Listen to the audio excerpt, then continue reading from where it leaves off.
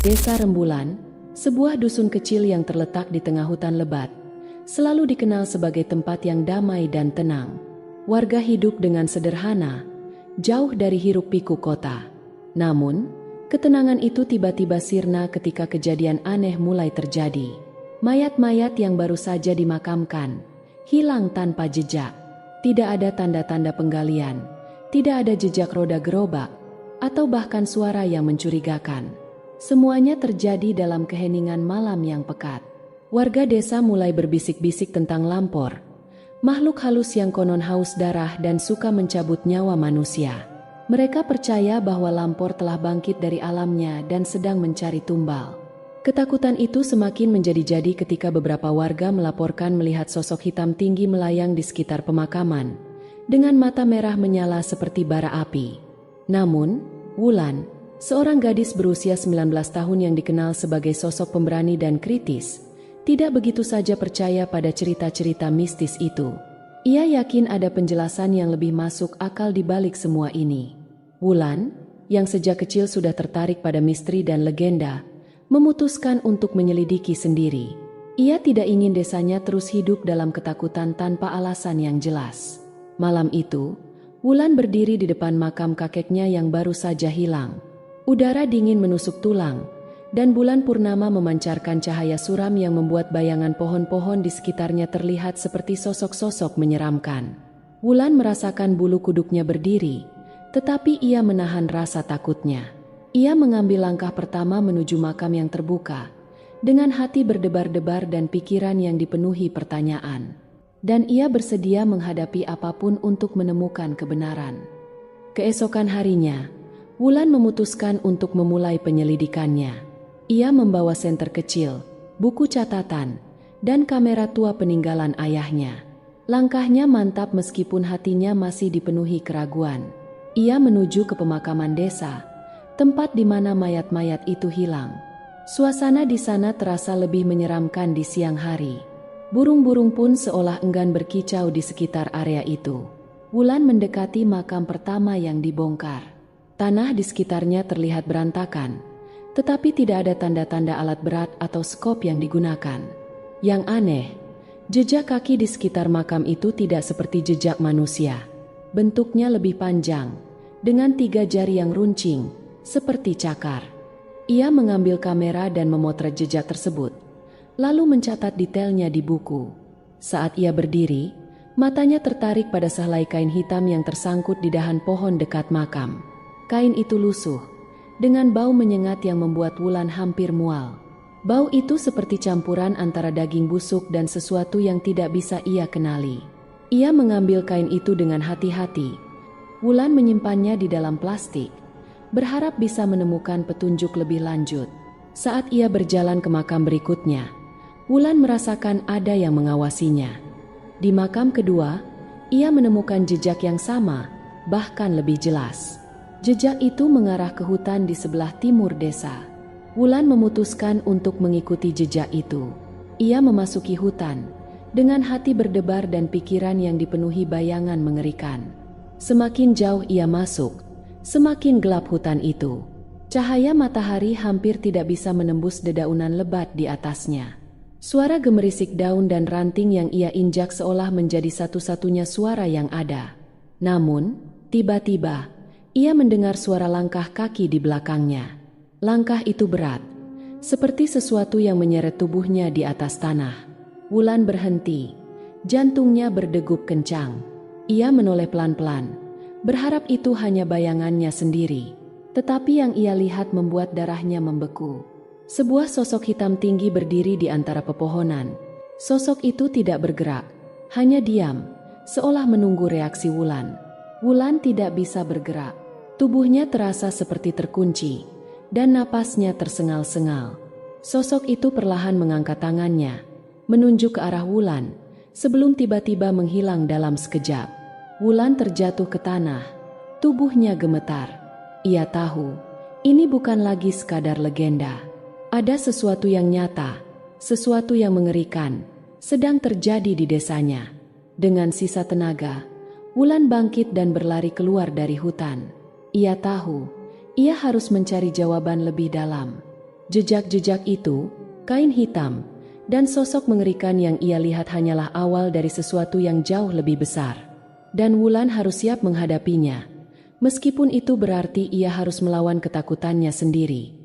Setelah kejadian di hutan, Wulan merasa tidak bisa lagi mengabaikan kenyataan bahwa ada sesuatu yang jauh lebih gelap dan lebih berbahaya terjadi di desa Rembulan. Ia memutuskan untuk mencari informasi lebih lanjut, menggali lebih dalam tentang legenda Lampor dan ritual-ritual kuno yang mungkin terkait dengan hilangnya mayat-mayat itu. Ia tahu, jawabannya mungkin tersembunyi dalam catatan-catatan tua atau cerita-cerita yang diwariskan turun-temurun oleh orang-orang tua di desa. Wulan pertama kali mendatangi rumah Mbah Sastro, seorang tetua desa yang dikenal sebagai penjaga sejarah dan legenda desa Rembulan. Rumah Mbah Sastro terletak di ujung desa, dikelilingi oleh pohon-pohon besar yang membuatnya terasa terisolasi.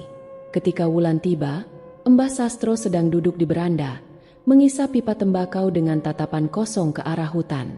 "Mbah, saya perlu bertanya tentang sesuatu," kata Wulan, mencoba menyembunyikan kegelisahannya.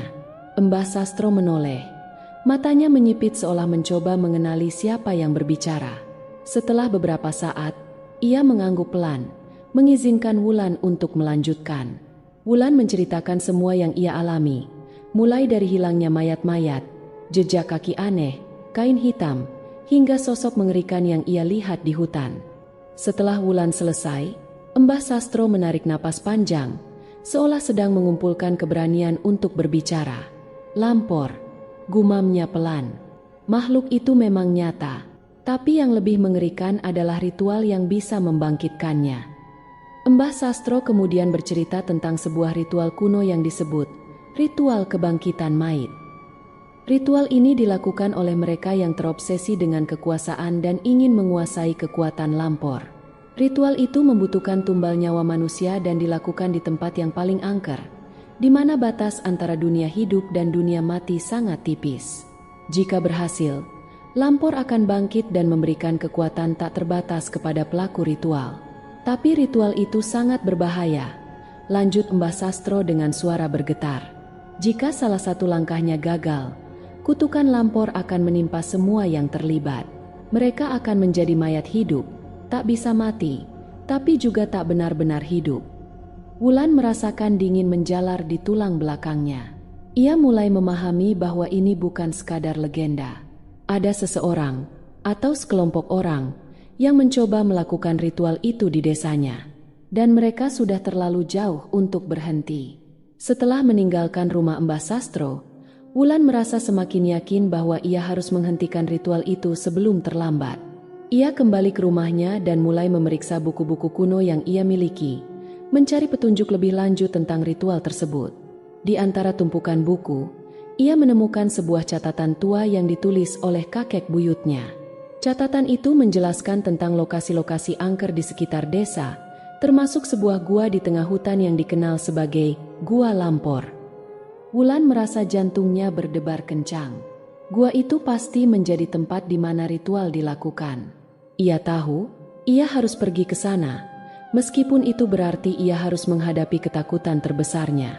Namun, sebelum ia bisa merencanakan langkah selanjutnya, ia mendengar suara ketukan di jendela kamarnya. Ketika ia menoleh, ia melihat sosok hitam yang sama, dengan mata merah menyala, menatapnya dari balik kaca. Wulan terpaku, tidak bisa bergerak. Sosok itu perlahan mengangkat tangannya, menunjuk ke arah hutan, seolah memberitahu Wulan bahwa ia harus pergi ke sana. Kemudian, sosok itu menghilang, meninggalkan Wulan dalam ketakutan dan kebingungan. Malam itu, Wulan tidak bisa tidur. Pikirannya dipenuhi oleh bayangan sosok itu dan ritual mengerikan yang mungkin sedang berlangsung di gua. Ia tahu, ia tidak punya banyak waktu. Jika ritual itu berhasil, tidak hanya desanya yang akan hancur, tapi seluruh keseimbangan antara hidup dan mati akan terganggu. Dengan tekad yang bulat, Wulan memutuskan untuk pergi ke Gua Lampor esok hari. Ia tahu, ini akan menjadi perjalanan yang sangat berbahaya, tapi ia tidak punya pilihan lain. Ia harus menghentikan ritual itu. Keesokan paginya, Wulan mempersiapkan diri untuk perjalanan menuju Gua Lampor. Ia membawa tas kecil berisi senter, pisau kecil, air minum, dan beberapa jimat peninggalan ibunya yang konon bisa melindungi dari roh jahat. Meskipun hatinya dipenuhi ketakutan, tekadnya tidak goyah. Ia tahu, ini adalah satu-satunya cara untuk menyelamatkan desanya. Sebelum berangkat, Wulan menyempatkan diri mengunjungi makam ibunya di pinggir desa. Ia berdiri di depan nisan sederhana itu, merasakan dinginnya batu nisan yang ia sentuh perlahan. "Ibu, beri aku kekuatan," bisiknya, menahan air mata yang mulai menggenang. Ia merasa seolah ibunya hadir di sana, memberinya semangat untuk melanjutkan perjalanan yang menakutkan ini. Dengan langkah mantap, Wulan memasuki hutan. Suasana di dalam hutan terasa lebih mencekam dari sebelumnya. Udara terasa berat, seolah hutan itu sendiri sedang mengawasi setiap gerak-geriknya. Suara-suara aneh mulai terdengar, seperti bisikan-bisikan yang tidak jelas asalnya. Wulan mencoba mengabaikannya, fokus pada jejak-jejak yang ia temukan sebelumnya. Jejak kaki aneh itu masih terlihat, mengarah semakin dalam ke hutan. Saat matahari mulai tenggelam, Wulan tiba di sebuah sungai kecil yang airnya berwarna hitam pekat.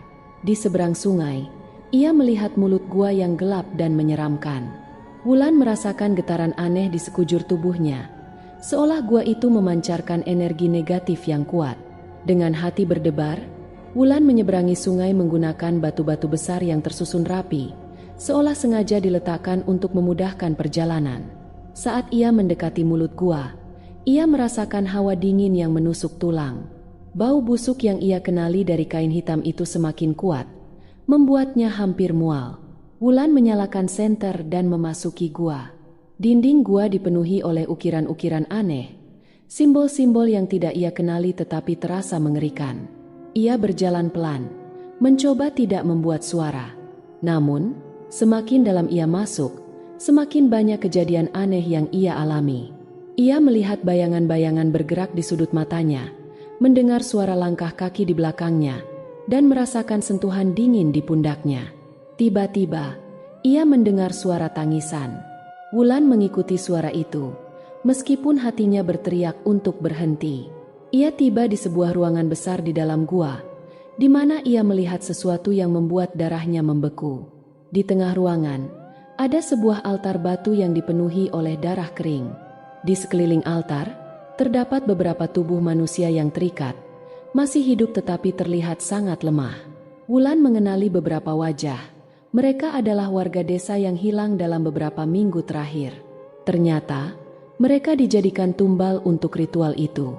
Ia ingin membantu mereka, tetapi tiba-tiba ia mendengar suara langkah kaki berat mendekat. Ia bersembunyi di balik batu besar, mencoba menenangkan napasnya yang tersengal-sengal. Dari balik persembunyiannya, ia melihat sosok tinggi berpakaian jubah hitam memasuki ruangan. Sosok itu membawa sebuah pisau besar, dan di belakangnya, beberapa mayat hidup dengan mata merah menyala mengikuti seperti budak. Sosok itu mulai berbicara dalam bahasa yang tidak Wulan mengerti, seolah memulai ritual. Wulan tahu, ia harus bertindak cepat. Namun, sebelum ia bisa bergerak, ia merasakan tangan dingin menyentuh pundaknya. Ia menoleh dan melihat wajah pucat seorang wanita dengan mata kosong menatapnya. Wanita itu adalah salah satu warga desa yang hilang, tetapi sekarang ia sudah menjadi mayat hidup. Wulan berteriak ketakutan, tetapi suaranya seolah hilang ditelan kegelapan gua. Mayat hidup itu mencengkeram tangannya dengan kuat, menariknya keluar dari persembunyian. Wulan berusaha melepaskan diri, tetapi semakin ia melawan, semakin kuat cengkeraman itu. Sosok berjubah hitam itu menoleh ke arahnya, dan Wulan melihat wajahnya dengan jelas. Ia adalah Pak Darto, seorang warga desa yang dikenal sebagai dukun kecil. Ternyata, dialah yang berada di balik semua ini. Pak Darto tersenyum sinis, matanya berkilau dengan kegilaan. "Kau tidak seharusnya berada di sini, Wulan," katanya dengan suara serak. "Tapi kau bisa menjadi tumbal terakhir yang kami butuhkan." Wulan merasa jantungnya berdegup kencang. Ia tahu, ini adalah pertarungan hidup dan mati.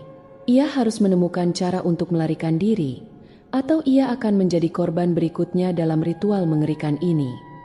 Wulan berusaha menenangkan diri, tangannya masih dicengkeram erat oleh mayat hidup itu. dan napasnya tersengal-sengal. Ia tahu, panik hanya akan memperburuk keadaan. Dengan sisa tenaga, ia mencoba mengingat apa yang pernah ia baca tentang makhluk-makhluk seperti ini.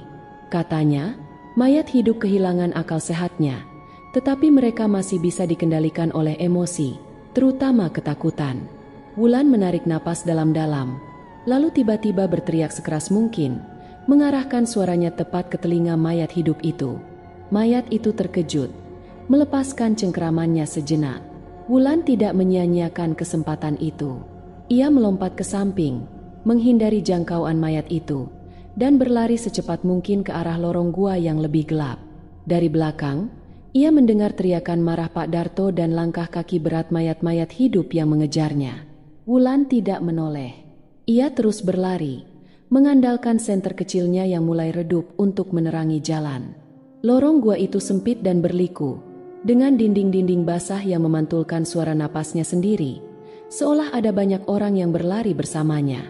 Tiba-tiba, Wulan tiba di sebuah ruangan kecil yang dipenuhi oleh tulang belulang dan sisa-sisa ritual kuno. Di tengah ruangan, ada sebuah lubang besar yang mengeluarkan asap hitam pekat. Bau belerang menyengat memenuhi udara, membuat Wulan hampir tersedak.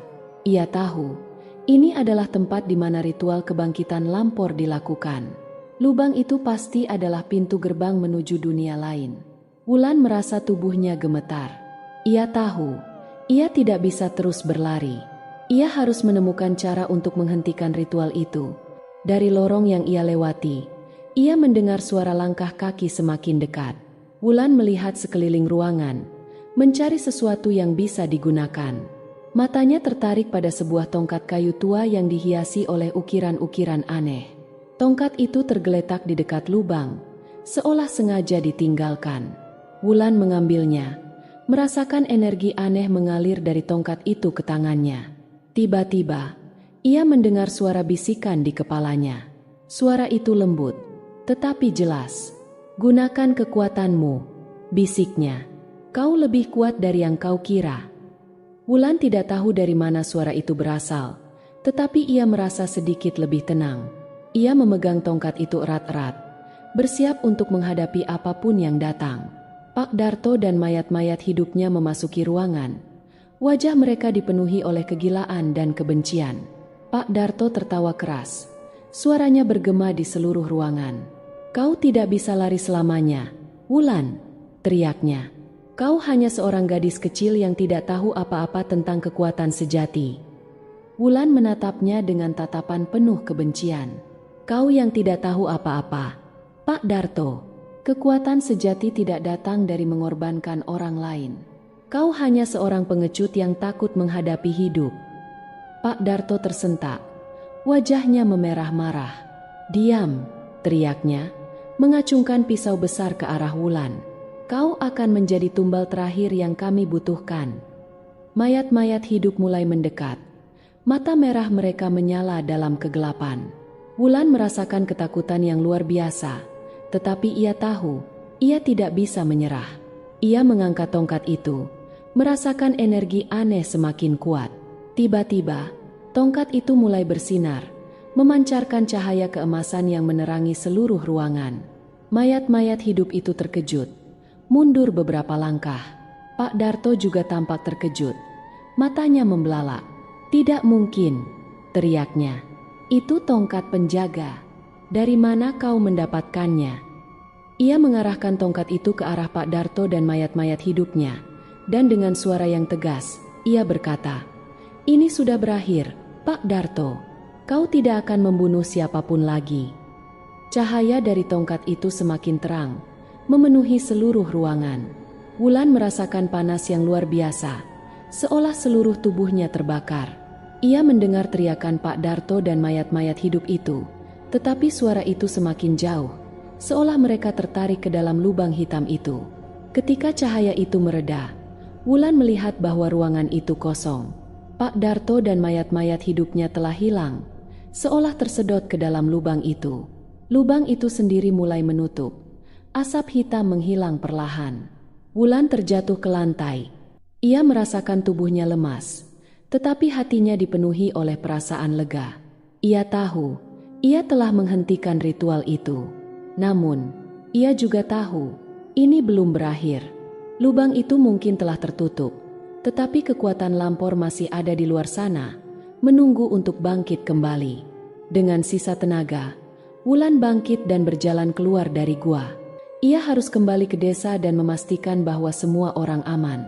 Tapi ia juga tahu, ini hanya awal dari pertarungan yang lebih besar. Dan Wulan harus siap menghadapinya, apapun yang terjadi. Wulan keluar dari gua dengan langkah gontai. Tubuhnya masih gemetar akibat kelelahan dan ketegangan yang ia alami. Udara malam yang dingin menyambutnya, tetapi tidak mampu menghilangkan rasa panas yang masih membara di dalam dirinya. Ia menoleh ke belakang, memastikan bahwa gua itu benar-benar kosong dan tidak ada yang mengikutinya. Lubang hitam yang mengerikan itu telah tertutup, tetapi bayangannya masih membekas di pikiran Wulan. Dengan sisa tenaga, Wulan berjalan kembali ke desa. Langkahnya berat, seperti menyeret beban yang tak terlihat. Pikirannya dipenuhi oleh gambaran-gambaran mengerikan yang ia saksikan di dalam gua. Wajah Pak Darto yang dipenuhi kegilaan, mayat-mayat hidup dengan mata merah menyala, dan lubang hitam yang seolah menggapai-gapai untuk menelannya. Ia tahu, ia harus segera memperingatkan warga desa tentang apa yang terjadi. Saat ia tiba di desa, suasana terasa lebih mencekam dari biasanya. Lampu-lampu rumah padam, dan jalanan sepi tanpa suara. Wulan merasakan ada yang tidak beres. Ia berjalan menuju rumah Mbah Sastro, berharap bisa mendapatkan bantuan atau setidaknya nasihat dari tetua desa itu. Namun, saat ia mendekati rumah Mbah Sastro, ia melihat sesuatu yang membuat darahnya membeku. Pintu rumah itu terbuka lebar, dan di depan pintu, terdapat jejak-jejak darah yang masih segar. Wulan berhati-hati memasuki rumah, memanggil nama Mbah Sastro dengan suara pelan. Di dalam rumah, Wulan menemukan Mbah Sastro terbaring di lantai, tubuhnya penuh luka dan darah. Wulan berlutut di sampingnya, mencoba merasakan napasnya. Mbah Sastro masih hidup, tetapi kondisinya sangat kritis. "Mbah, apa yang terjadi?" tanya Wulan, suaranya bergetar. Mbah Sastro membuka matanya dengan susah payah, memandang Wulan dengan tatapan penuh kesedihan. Dia datang, bisiknya lemah. "Lampor, dia sudah bangkit." Wulan merasa jantungnya berhenti sejenak. "Tapi, aku sudah menutup lubang itu. Aku sudah menghentikan ritualnya." Mbah Sastro menggeleng pelan. "Ritual itu hanya satu bagian. Lampor tidak bisa dibunuh begitu saja. Dia butuh tubuh manusia untuk hidup kembali. Dan dia sudah menemukan tubuh yang cocok." Wulan merasakan dingin menjalar di tulang belakangnya. Siapa yang dia gunakan? Mbah Sastro menarik napas panjang, seolah mengumpulkan sisa tenaganya. "Pak Darto, dia tidak hilang. Dia menjadi wujud baru Lampor." Sebelum Wulan bisa bertanya lebih lanjut, Mbah Sastro menghembuskan napas terakhirnya. Matanya perlahan menutup. Wulan merasa air mata mengalir di pipinya, tetapi ia tahu, ia tidak punya waktu untuk berduka. Ia harus segera bertindak. Wulan keluar dari rumah Mbah Sastro. Pikirannya dipenuhi oleh kebingungan dan ketakutan. Jika Pak Darto telah menjadi wujud baru Lampor, itu berarti kekuatan jahat itu masih ada, bahkan lebih kuat dari sebelumnya. Ia harus menemukan cara untuk menghentikannya sebelum semuanya terlambat. Tiba-tiba, ia mendengar suara teriakan dari arah pemakaman. Wulan berlari menuju sumber suara itu. Hatinya berdebar kencang. Saat ia tiba, ia melihat pemandangan yang membuatnya hampir pingsan. Pak Darto, atau apapun yang sekarang menjadi dirinya, berdiri di tengah pemakaman, dikelilingi oleh mayat-mayat hidup yang ia kendalikan. Tubuhnya berubah menjadi lebih tinggi dan lebih menyeramkan, dengan mata merah menyala dan cakar panjang yang tajam. Wulan bersembunyi di balik pohon, mencoba menenangkan diri. Ia tahu, ia tidak bisa melawan Lampor sendirian. Tapi ia juga tahu, ia tidak punya pilihan lain. Ia harus menemukan cara untuk menghentikannya, sebelum Lampor menghancurkan desa dan semua orang yang ia cintai. Dengan hati berdebar, Wulan mulai merencanakan langkah selanjutnya. Ia tahu, Ini akan menjadi pertarungan hidup dan mati. Dan ia harus siap menghadapi apapun yang terjadi. Wulan menyelinap di antara bayangan pohon, mencoba mendekati Pak Darto, atau sosok yang sekarang menjadi Lampor, tanpa terdeteksi. Tubuhnya gemetar, tetapi tekadnya membara. Ia tahu, ini adalah satu-satunya kesempatannya untuk menghentikan kekuatan jahat itu sebelum semuanya terlambat. Di tangannya, ia masih memegang tongkat penjaga yang ia temukan di gua. Tongkat itu terasa hangat, seolah memberinya kekuatan dan keberanian. Dari balik persembunyiannya, Wulan mengamati Lampor dengan cermat. Sosok itu sekarang jauh lebih menyeramkan dari sebelumnya. Tubuhnya lebih tinggi, dengan kulit yang menghitam dan retak-retak seperti tanah kering. Cakar panjangnya berkilau di bawah cahaya bulan, dan matanya memancarkan cahaya merah yang mengerikan. Di sekelilingnya, mayat-mayat hidup bergerak seperti boneka yang dikendalikan oleh tuannya. Wulan menarik napas dalam-dalam, mencoba menenangkan diri. Ia tahu, ia harus bertindak cepat dan tepat. Jika ia salah langkah, bukan hanya nyawanya yang terancam, tetapi seluruh desa akan binasa. Ia memutuskan untuk menggunakan kecerdasannya, mencari kelemahan Lampor. Ia ingat cerita Mbah Sastro tentang ritual kebangkitan mayit. Jika Lampor bangkit melalui ritual, mungkin ada cara untuk membalikkan proses itu. Dengan hati-hati, Wulan mulai bergerak mengitari pemakaman, mencari sesuatu yang bisa digunakan sebagai senjata atau alat untuk menghentikan Lampor. Matanya tertarik pada sebuah batu besar yang diukir dengan simbol-simbol aneh, mirip dengan yang ia lihat di gua. Batu itu terletak di tengah pemakaman, seolah menjadi pusat dari kekuatan jahat yang menguasai tempat itu. Wulan merangkak mendekati batu itu, mencoba tidak membuat suara. Namun, tiba-tiba, ia mendengar suara menggeram di belakangnya. Ia menoleh dan melihat salah satu mayat hidup menatapnya dengan mata kosong. Mayat itu mengeluarkan suara parau, seolah mencoba memperingatkan Lampor. Wulan tidak punya waktu untuk berpikir. Ia mengayunkan tongkat penjaga ke arah mayat itu, dan dengan kekuatan yang ia tidak tahu dimilikinya, tongkat itu memancarkan cahaya keemasan yang menghantam mayat itu. Mayat itu terjatuh. Tubuhnya berubah menjadi debu sebelum menyentuh tanah. Namun, suara itu sudah cukup untuk menarik perhatian Lampor. Sosok itu menoleh ke arah Wulan. Matanya menyala dengan kemarahan. "Kau pikir kau bisa menghentikanku?" Wulan berdiri, mencoba menutupi ketakutannya dengan keberanian yang ia tidak yakin dimilikinya. "Aku tidak akan membiarkanmu menghancurkan desa ini," teriaknya, memegang tongkat itu erat-erat. Lampor tertawa. Suaranya bergema seperti guntur. "Kau hanya seorang gadis kecil. Apa yang bisa kau lakukan?" Dengan gerakan cepat, Lampor mengangkat tangannya, dan mayat-mayat hidup di sekitarnya mulai bergerak menuju Wulan. Wulan tahu, ia tidak bisa melawan mereka semua. Ia harus menemukan cara untuk menghentikan Lampor langsung. Ia melompat ke samping, menghindari cakaran mayat hidup pertama, dan berlari menuju batu besar itu. Ia berharap batu itu bisa menjadi kuncinya. Saat ia mendekati batu, ia merasakan energi aneh mengalir dari tongkat penjaga ke tangannya. Ia mengangkat tongkat itu tinggi-tinggi, dan dengan sekuat tenaga, ia menghantamkannya ke batu. Cahaya keemasan meledak dari tongkat, menyebar ke seluruh pemakaman. Mayat-mayat hidup berteriak kesakitan. Tubuh mereka mulai hancur menjadi debu. Lampor menjerit, mencoba melawan cahaya itu, tetapi kekuatannya seolah melemah. Wulan merasakan tenaga yang luar biasa mengalir dalam dirinya. Ia tahu, ini adalah kesempatannya. Ia mengarahkan tongkat itu ke Lampor, dan dengan suara yang tegas, ia berkata, "Kembalilah ke tempatmu. Kau tidak berhak menguasai dunia ini." Cahaya dari tongkat itu semakin terang, menyelimuti Lampor sepenuhnya. Sosok itu menjerit, tubuhnya mulai retak dan hancur. Namun, sebelum ia benar-benar hilang, Lampor mengeluarkan teriakan terakhir. "Ini belum berakhir, Wulan. Aku akan kembali." Dengan ledakan cahaya yang terakhir, Lampor menghilang, meninggalkan keheningan yang mencekam. Wulan terjatuh ke tanah, kehabisan tenaga. Tubuhnya terasa lemas, tetapi hatinya dipenuhi oleh perasaan lega. Ia tahu, ia telah menghentikan Lampor untuk sementara. Namun, kata-kata terakhir Lampor masih bergema di pikirannya. Ini belum berakhir. Dan Wulan tahu, ia harus siap untuk pertarungan berikutnya. Wulan terbaring di tanah pemakaman.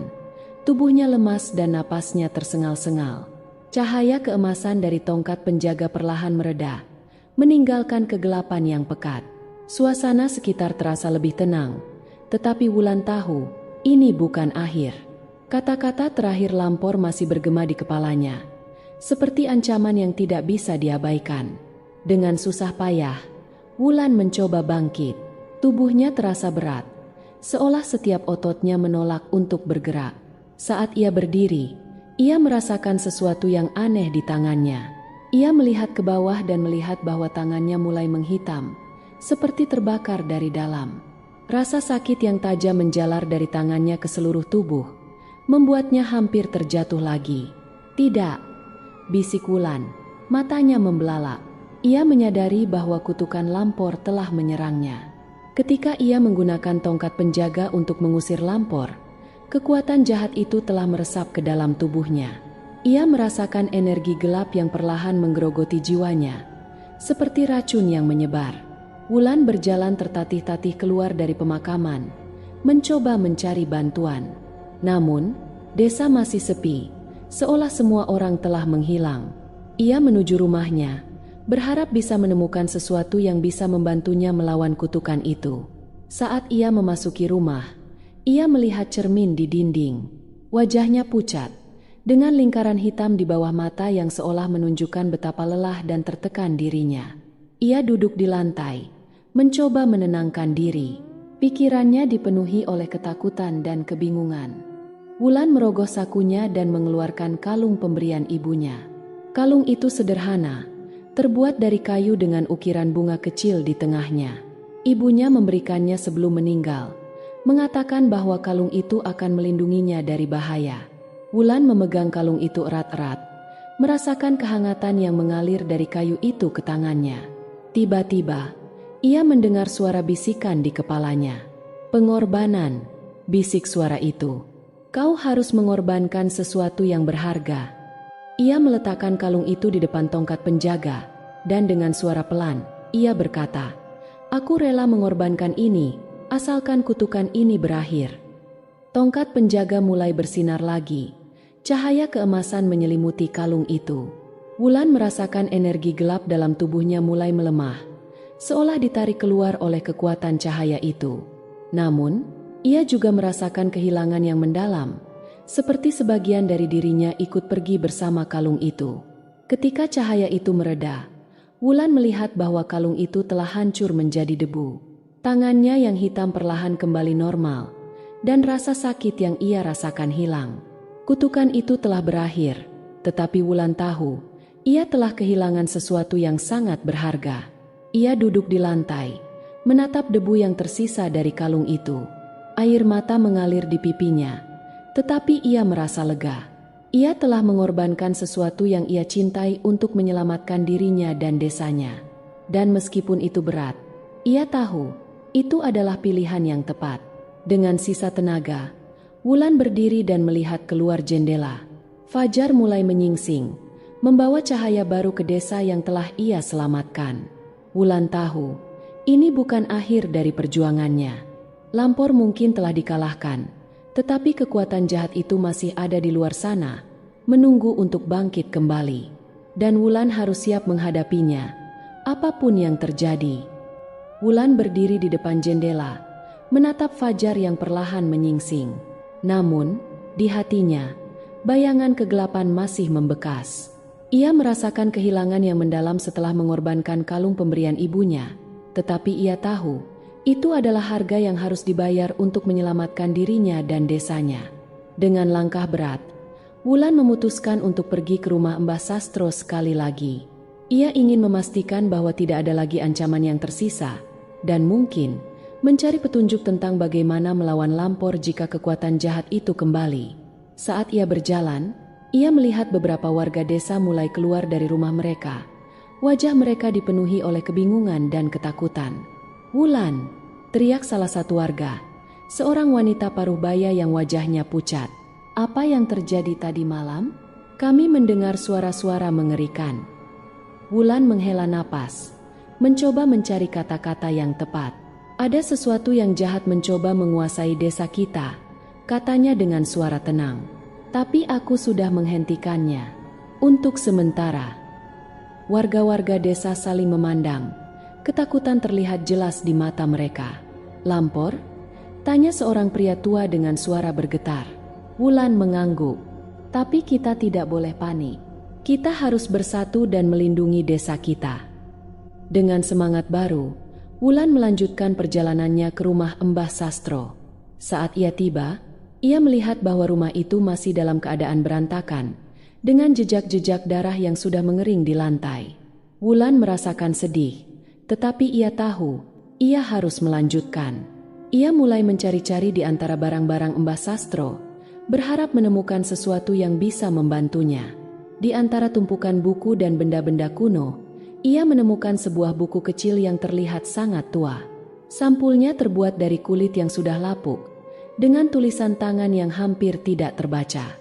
Wulan membuka buku itu dengan hati-hati, dan matanya segera tertarik pada sebuah halaman yang menceritakan tentang ritual untuk mengusir lampor secara permanen.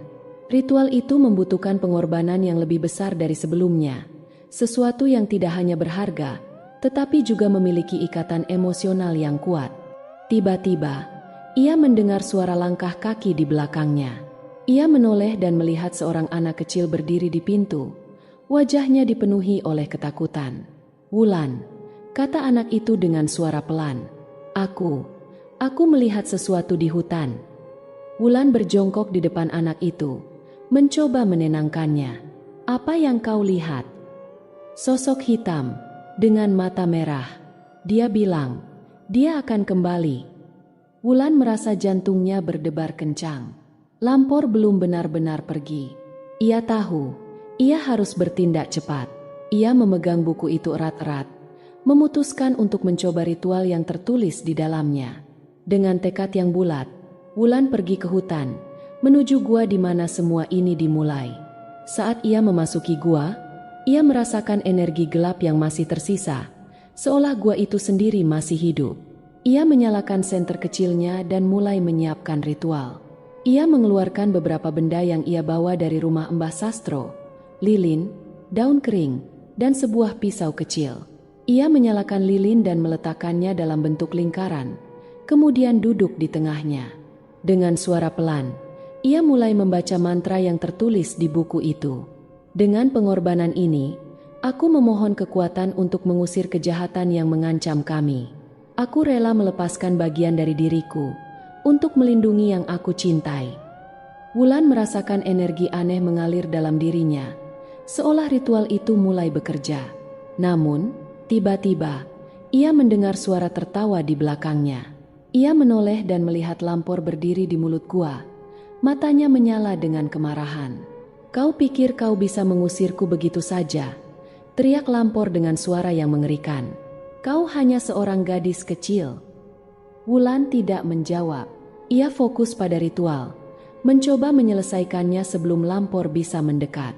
Namun, Lampor melangkah maju, cakarnya siap mencabik-cabik Wulan.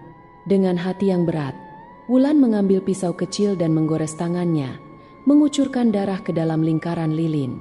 "Aku mengorbankan diriku sendiri," bisiknya, "untuk melindungi desa ini." Cahaya keemasan meledak dari lingkaran lilin, menyelimuti seluruh gua. Lampor menjerit. Tubuhnya mulai hancur menjadi debu. Wulan merasakan tenaga yang luar biasa mengalir dalam dirinya, seolah kekuatan dari ritual itu memberinya kekuatan untuk mengusir Lampor selamanya. Ketika cahaya itu mereda, Wulan terjatuh ke lantai, kehabisan tenaga. Tubuhnya terasa lemas, tetapi hatinya dipenuhi oleh perasaan lega. Ia tahu, ia telah mengorbankan sebagian dari dirinya untuk menyelamatkan desanya. Dan meskipun itu berat, ia tahu itu adalah pilihan yang tepat. Dengan sisa tenaga, Wulan bangkit dan berjalan keluar dari gua. Ia tahu, ini bukan akhir dari perjuangannya. Tapi setidaknya, untuk saat ini, Desa Rembulan aman. Dan Wulan siap menghadapi apapun yang datang di masa depan. Wulan keluar dari gua dengan langkah gontai. Tubuhnya masih gemetar akibat kelelahan dan pengorbanan yang baru saja ia lakukan. Matahari pagi mulai menyinari hutan, membawa kehangatan yang menenangkan setelah malam yang penuh teror. Namun, Wulan tahu, kedamaian ini tidak datang dengan mudah. Ia telah mengorbankan sebagian dari dirinya, bukan hanya kalung pemberian ibunya, tetapi juga darah dan tenaganya, untuk mengusir Lampor selamanya. Saat ia berjalan kembali ke desa, ia merasakan kelelahan yang mendalam. Setiap langkah terasa berat, seolah tubuhnya menolak untuk bergerak lebih jauh. Namun, tekadnya tidak goyah.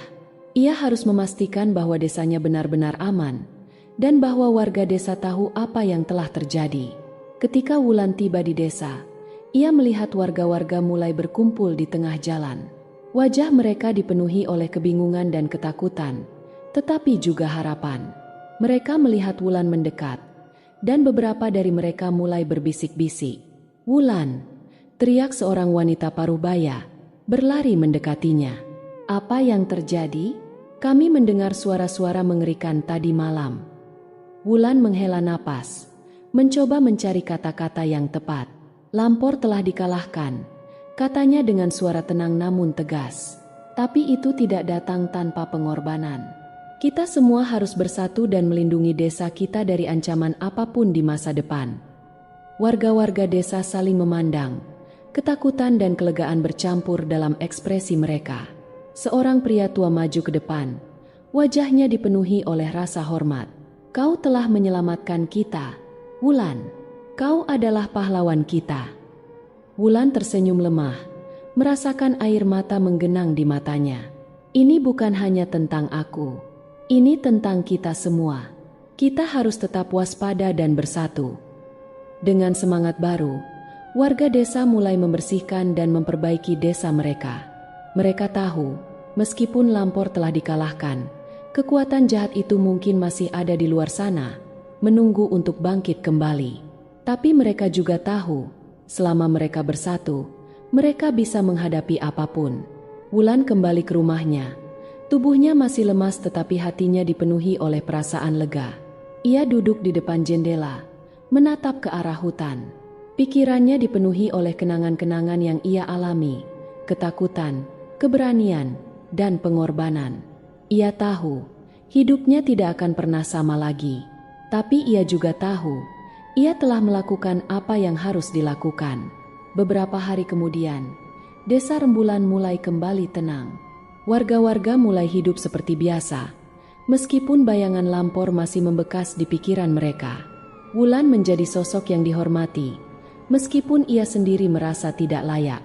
Ia tahu, ia hanya melakukan apa yang harus dilakukan. Suatu malam, Wulan berdiri di depan makam ibunya, menatap nisan sederhana itu. Ia merasakan kehilangan yang mendalam, tetapi juga rasa syukur. Ia telah mengorbankan kalung pemberian ibunya, tetapi ia tahu, ibunya pasti bangga padanya.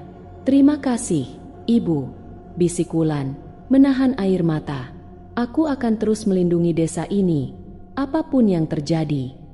Dengan hati yang lebih ringan, Wulan berjalan kembali ke rumahnya. Ia tahu, ini bukan akhir dari perjuangannya, tapi setidaknya, untuk saat ini, Desa Rembulan aman. Malam itu, Wulan tidur dengan tenang untuk pertama kalinya dalam beberapa minggu. Mimpi-mimpinya dipenuhi oleh cahaya keemasan dan suara ibunya yang lembut, memberinya kekuatan untuk melanjutkan perjalanannya. Dan meskipun masa depan masih penuh dengan ketidakpastian, Wulan tahu, ia tidak akan pernah sendirian. Desa Rembulan mungkin kecil dan terpencil, tapi di sana, di tengah hutan yang gelap dan misterius, ada seorang gadis yang telah membuktikan bahwa keberanian dan pengorbanan bisa mengalahkan kejahatan. Dan itu adalah cerita yang akan diceritakan turun-temurun, sebagai pengingat bahwa kebaikan selalu menang, meskipun harganya mahal. Demikianlah kisah Wulan dan perjuangannya melawan teror Lampor yang mengancam Desa Rembulan.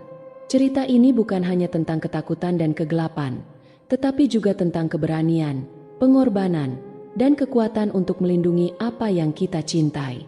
Wulan mengajarkan kita bahwa meskipun menghadapi hal-hal yang menakutkan dan di luar kendali, kita tetap bisa menemukan kekuatan dalam diri untuk bertahan dan melawan. Semoga kisah ini mengingatkan kita bahwa kejahatan, seberapapun gelap dan mengerikannya, tidak akan pernah bisa mengalahkan kebaikan dan tekad yang kuat. Terkadang, kita harus kehilangan sesuatu yang berharga untuk mendapatkan kedamaian, tetapi pengorbanan itu tidak akan sia-sia jika dilakukan dengan hati yang tulus. Terima kasih telah mengikuti perjalanan Wulan. Semoga cerita ini membawa pelajaran dan inspirasi, serta mengingatkan kita bahwa di balik setiap kegelapan, selalu ada cahaya yang menanti untuk ditemukan.